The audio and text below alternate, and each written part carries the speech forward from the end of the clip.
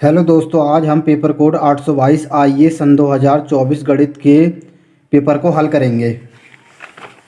खंड आ खंड आ के प्रश्नों को हम पार्ट 1 की वीडियो में सॉल्व करा चुके हैं।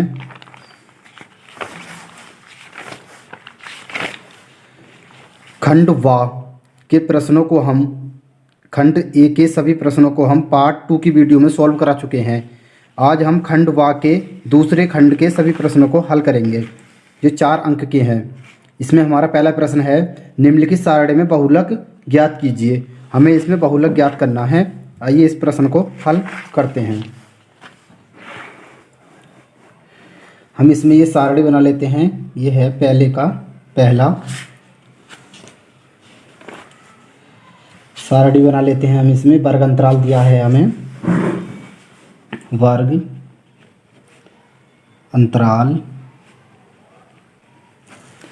वर्ग अंतराल हमें दिया है इसमें 0 से 10, 10 से 20, 20 से 30, 30 से 40, 40 से 50 और हमें बारंबारता दी है। इसमें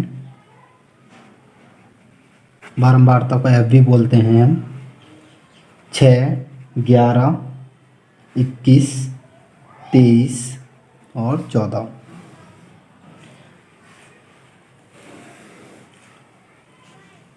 अब हम इसमें हमें निकालना बहुलक। बहुलक बराबर हमारा फॉर्मूला होता है, बहुलक बराबर L प्लस में F1 माइनस का F0 बटे में 2F1 माइनस का F0 माइनस का F2 गुणा में H। यानी कि हमें इन चीज़ों की यहाँ से पहले मान निकालनी पड़ेंगे। तो हम निकालेंगे यहाँ पर हमारा F का मान, F1 का मान वो होता है जो सबसे ज़्यादा बारंबारता होती है। तो हमारी सबसे ज़्यादा बारंबारता इसमें क्या है, 23 है। तो ये हमारा किस चीज़ का मान होगा, ये F1 का मान होगा। ये तो ये हो जाएगा हमारा F1 का मान।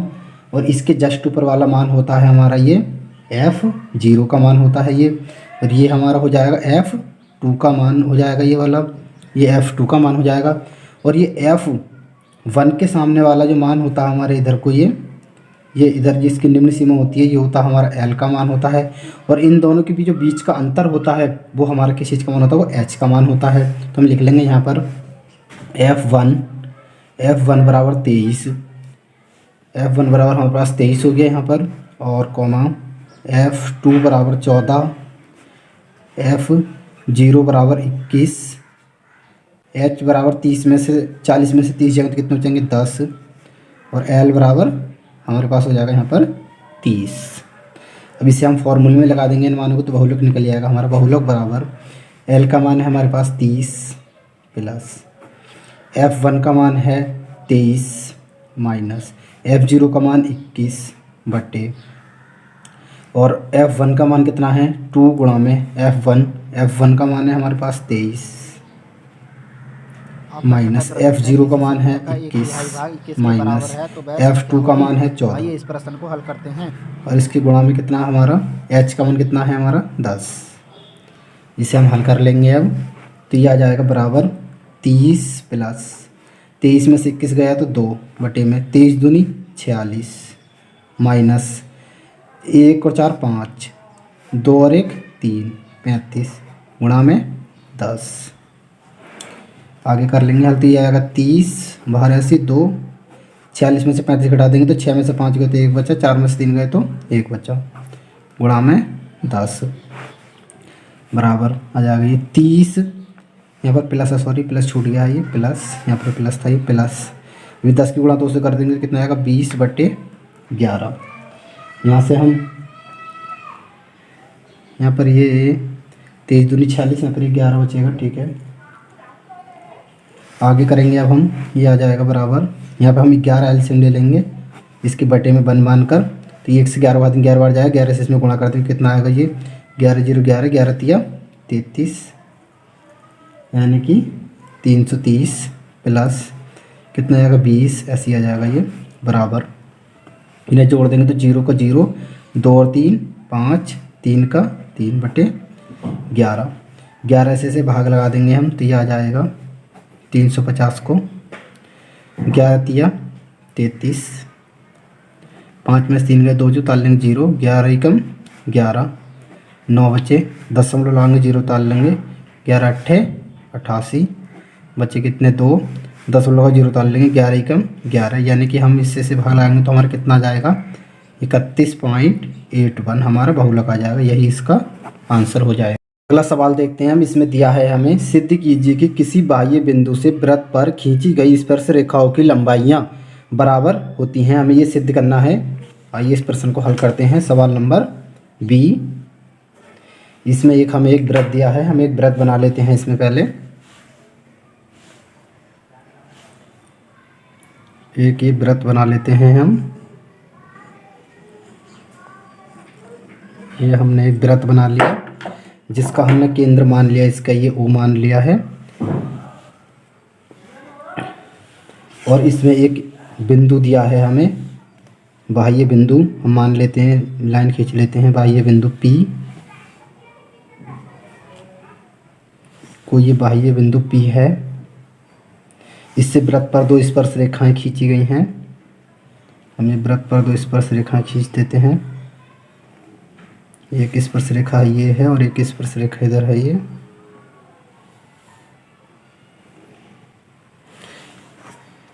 और इस तरीके से इस वृत्त की त्रिज्या को मिला देते हैं इनसे, इसे भी मिला देते हैं। इसे हम A मान लेते हैं, इसे B मान लेते हैं। अब दिया है लिखेंगे हम यहाँ पर, दिया है O, हमें दिया है लिखेंगे, दिया है O केंद्र वाला, दिया है O केंद्र वाला एक वृत्त है जिसमें बिंदु A पर, जिसमें बिंदु A पर AP तथा बिंदु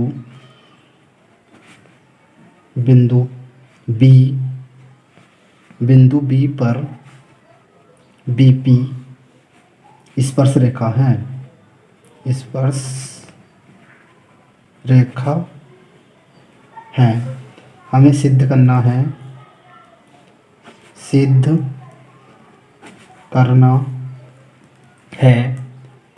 AP बराबर BP, यानी कि हमें सिद्ध करना है AP बराबर BP, हमें ये सिद्ध करना है।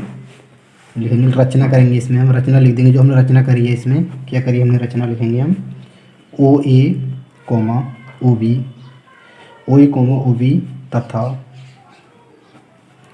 OP को मिलाया, यानी कि हमने OP को मिलाया, OA को मिलाया और OB को मिलाया, तो हमें ये लिख दिया। अब लिखेंगे हम त्रिभुज OAP, यानी कि OAP एक त्रिभुज है और एक त्रिभुज है OBP, लिख देंगे त्रिभुज OAP तथा OBP में, इसमें लिखेंगे हम। तो इसमें क्या है हमारा, लिखेंगे हम OP बराबर OP। ये दोनों त्रिभुज में हमारा क्या कॉमन है, तो हम लिख देंगे इस ब्रैकेट में कॉमन या उभयनिष्ठ, कॉमन, या फिर हिंदी में लिख देंगे उभयनिष्ठ है ये दोनों में। आगे लिखेंगे हम OA बराबर क्या होगा हमारा, OB होगा इसमें। क्यों, क्योंकि ये दोनों वृत्त की क्या हमारी त्रिज्याएं हैं, तो त्रिज्याएं आपस में बराबर होती हैं वृत्त की, ये भी हमारा बराबर होगा आपस में। अब लिख देंगे हम कोण A बराबर क्या होगा हमारा, कोण V। कोण A बराबर कोण V कितना होगा, 90 डिग्री का, क्योंकि लिख देंगे इसका रीजन भी हम आगे यहाँ पर लिख देते हैं ब्रैकेट में। वृत्त पर खींची गई स्पर्श रेखा, वृत्त पर खींची गई स्पर्श रेखा तथा वृत्त की त्रिज्या, वृत्त की त्रिज्या के बीच बना कोण जो होता है, वृत्त की त्रिज्या के बीच बना कोण 90 डिग्री होता है। यानी कि यहाँ पर ये कोण बन रहा है, ये वृत्त की स्पर्श रेखा और वृत्त की त्रिज्या के बीच जो कोण बनता है वो हमारा कितना होता है 90 डिग्री का। यहाँ भी ये 90 डिग्री का ही कोण बनेगा। आगे लिख देंगे अब हम 90 डिग्री का होता है। कोण ए हो गया ये, ठीक है। त्रिभुज अब लिखेंगे हम त्रिभुज OAP सर्वांक्षम है किसके, त्रिभुज OVP के। लिख देंगे किससे है ये, राइट RHS से। हिंदी में लिख देंगे भुजा कोण भुजा से, भुजा कोण भुजा से ये क्या हो गया हमारा सर्वांक्षम हो गया। अब लिख देंगे हम अतः AP बराबर BP CP CT से, यह हमारा प्रूव्ड हो गया। लिख देंगे यहाँ पर प्रूव्ड। सवाल नंबर 3 देखते हैं हम। एक त्रिभुज ABC की भुजा BC पर एक बिंदु D इस प्रकार स्थित है कि कोण ADC बराबर कोण BAC है। सिद्ध कीजिए कि CA स्क्वायर बराबर CB इंटू CD है। आइए इस प्रश्न को हल करते हैं। हमें इसमें एक त्रिभुज दिया है, हम त्रिभुज बना लेते हैं इस तरीके से। एक त्रिभुज दिया है हमें ये,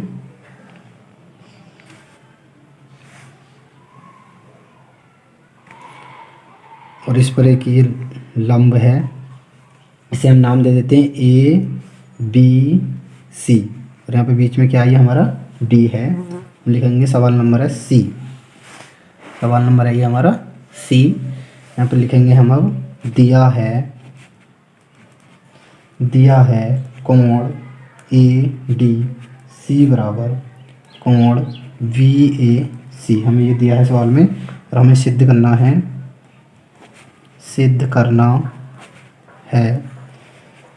है CA स्क्वायर बराबर CB गुणा CD। ये हमें सिद्ध करना है।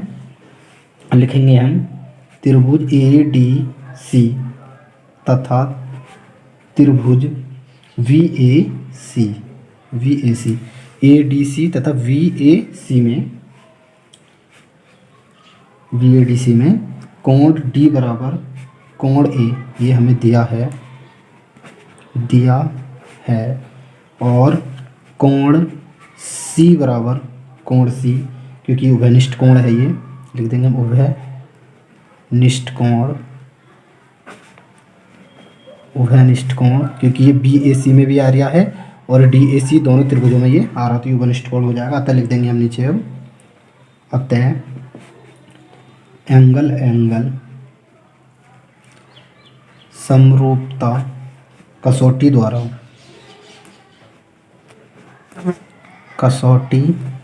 द्वारा इसकी संगत भुजाएं समानुपाती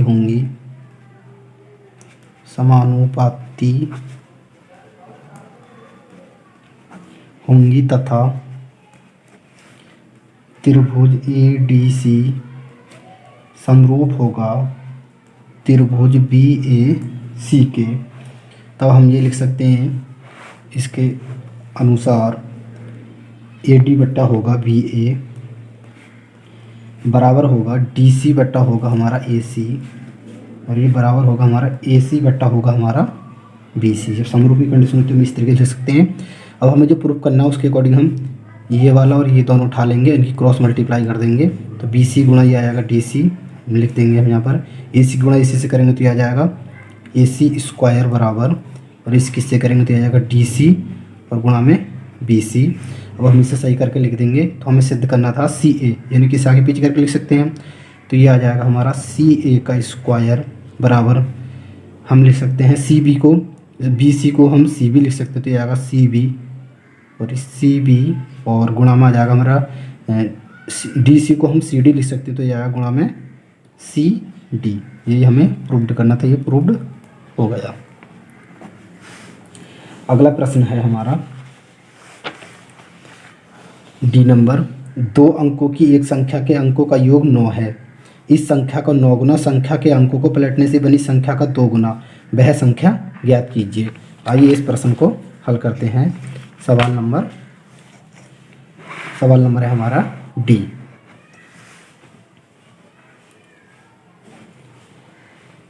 हमारे 2 अंकों की सबसे छोटी संख्या होती है 10 और सबसे बड़ी संख्या होती है हमारी 99। तब हम मान लेंगे, माना संख्या का इकाई अंक, माना संख्या का इकाई अंक बराबर x तथा संख्या का दहाई अंक बराबर हम मान लेंगे y। तब संख्या बराबर हमारा एक फॉर्मूला होता है, संख्या बराबर फॉर्मूला होता है 10 गुणा दहाई अंक और प्लस इकाई अंक। ये हमारा संख्या का फॉर्मूला होता है, ये आपको याद करना है। तो हमारी संख्या क्या बन जाएगी, 10 गुणा में दहाई अंक हमारा क्या है y है और प्लस इकाई अंक क्या है हमारा x है। तो संख्या बन गई हमारी 10y प्लस x। हम लिख सकते हैं इसे 10y प्लस x हमारी ये संख्या बन गई। अब प्रश्न से भी क्या बोल रहा था, पहली कंडीशन में दोनों संख्या को योग कितना दे रखा हमें 9, तो हम लिख देंगे x प्लस का y बराबर कितना हो जाएगा 9, समीकरण नंबर 1। और दूसरी कंडीशन में वो बोल रहा था 2 अंकों की एक संख्या के अंकों का योग 9 है।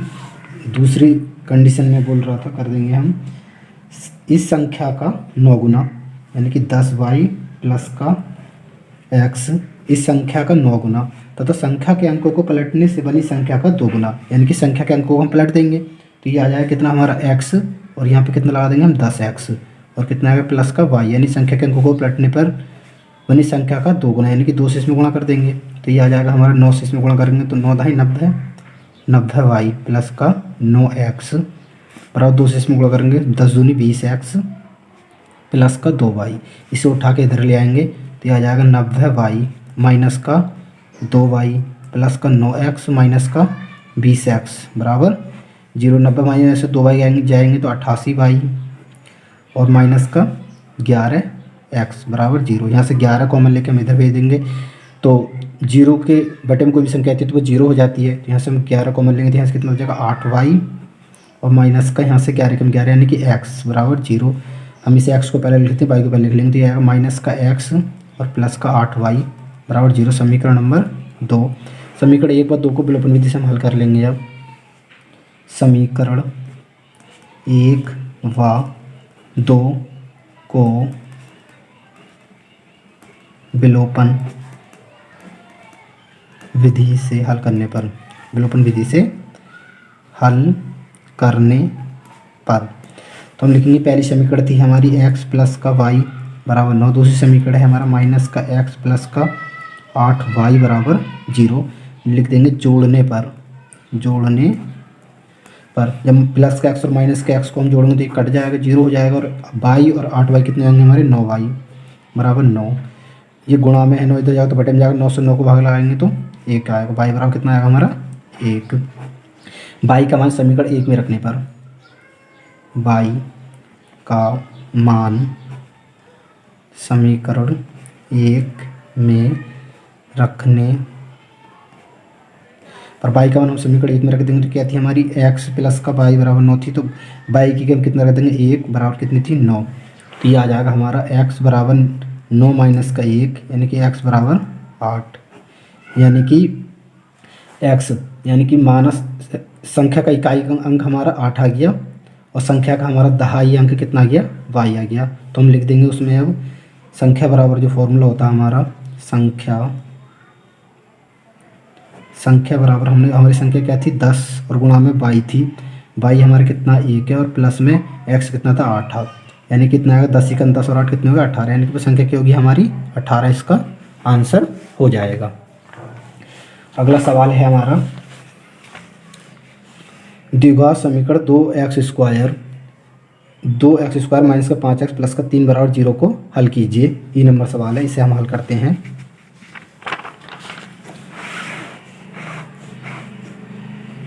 सवाल लिख लेते हैं हम। सवाल दिया है हमें इसमें ई नंबर ई नंबर सवाल है हमारा। इसमें दिया है हमें 2x² माइनस का 5x और प्लस का 3 बराबर 0 है। हम इसकी खंड कर लेंगे, 2 3 6 6 कैसे खंड करो, माइनस के 5 में तो 2 माइनस के 2 और माइनस के 3 कितने होते हैं, 5 होते हैं। तो हम इसे इस तरीके से लिख लेंगे 2x² और माइनस का 3x और माइनस का 2x और प्लस का 3 बराबर 0, क्योंकि 2 3 6 3 दूनी 6 और इन दोनों जोड़ोगे तो माइनस का 5x भी आ रहा है। तो यहाँ से हम ले लेंगे x कॉमन ले लेंगे, तो यहाँ पे बचेगा हमारे पास 2x माइनस का 3। यहाँ से हम माइनस का 1 कॉमन ले लेंगे, तो ये आ जाएगा प्लस का 2x और माइनस का कितना आ जाएगा, ये 3 बराबर 0। जो एक जैसे होते हैं इसे एक जगह लिख लेते हैं और बाकी जो बचता है उसे एक जगह लिख लेते हैं। तो हमारे पास आ जाएगा x माइनस का 1 और ये आ जाएगा हमारे पास 2x माइनस का 3 बराबर 0। अब लिखेंगे हम यदि x माइनस का 1 बराबर 0, तो x बराबर कितना है हमारे पास 1। फिर लिखेंगे यदि 2x माइनस का 3 बराबर 0, तो 2x बराबर कितना आ जाएगा, 3 आ जाएगा और x बराबर कितना आएगा, 3/2। यही इसके दोनों आंसर हो जाएंगे, एक ही आंसर हो जाएगा, एक वो आंसर हो जाएगा। हमारा अगला सवाल है, सवाल नंबर F है हमारा। यदि एक बगीचे की परिमाप 120 मीटर और क्षेत्रफल 800 मीटर स्क्वायर है, तो उसकी लंबाई और चौड़ाई ज्ञात कीजिए। दिया है कि लंबाई चौड़ाई से दोगुनी है। आइए इसे हल करते हैं। इसमें हमें एक बगीचा दिया है आयताकार बगीचा बना लेते हैं हम। इसमें हमें इसकी चौड़ाई दी है x और लंबाई कितनी है इसकी, दोगुनी, यानी कि 2x हो जाएगी। ये भी 2x होगी और ये x होगी हमारी। हमें परिमाप दिया है इसमें, पहले मान लेंगे हम इसमें। माना, सवाल नंबर है हमारा F। माना बगीचे की चौड़ाई बराबर x, तो बगीचे की लंबाई कितनी हो जाएगी, 2 गुणा में x यानी कि बराबर 2x हो जाएगी। हमें परिमाप दिया है बगीचे का, परिमाप बराबर 120 मीटर और हमें क्षेत्रफल दिया है बगीचे का, क्षेत्रफल बराबर 800 मीटर स्क्वायर। हमें इसकी भुजाएं निकालनी है, दोनों लंबाई और चौड़ाई निकालनी है। तो हम लगा देंगे बगीचे का परिमाप बराबर, बगीचे का परिमाप बराबर फॉर्मूला होता है 2 गुणा में लंबाई प्लस चौड़ाई। तो बगीचे का परिमाप हमें दिया 120, तो हम लगा देंगे बगीचे के परिमाप किया गया 120 बराबर 2 और लंबाई कितनी है हमारी, इसकी लंबाई 2x प्लस चौड़ाई x है। ये गुणा में तो ये बट्टे में आ जाएगा, तो ये हो जाएगा 120/2 बराबर 2x और 1x कितने हो गए हमारे 3x। आगे कर लेंगे, 2 से भाग लगाएंगे तो ये 60 बार जाएगा बराबर 3x। ये गुणा में तो इधर बट्टे में आ जाएगा, तो x बराबर कितना हो जाएगा 60/3। तो ये x बराबर आ जाएगा 3 से भाग लगाएंगे तो 3 दूनी 6, यानी कि x बराबर आ गया 20 मीटर आ जाएगा। यानी कि हमारी क्या आ गई 20 मीटर। बगीचे की चौड़ाई लिख देंगे यहाँ पर, बगीचे की चौड़ाई, बगीचे की चौड़ाई यानी x बराबर कितना है 20 मीटर। अब इसे हमने इसकी चौड़ाई आ गई, हमें इसकी लंबाई निकालनी है। तो बगीचे की लंबाई, बगीचे की लंबाई कितनी हो जाएगी 2 गुणा में x, यानी कि बराबर 2 गुणा में x का मान 20, तो बराबर कितनी हो जाएगी 60 मीटर हो जाएगी। यही इसके आंसर हो जाएंगे।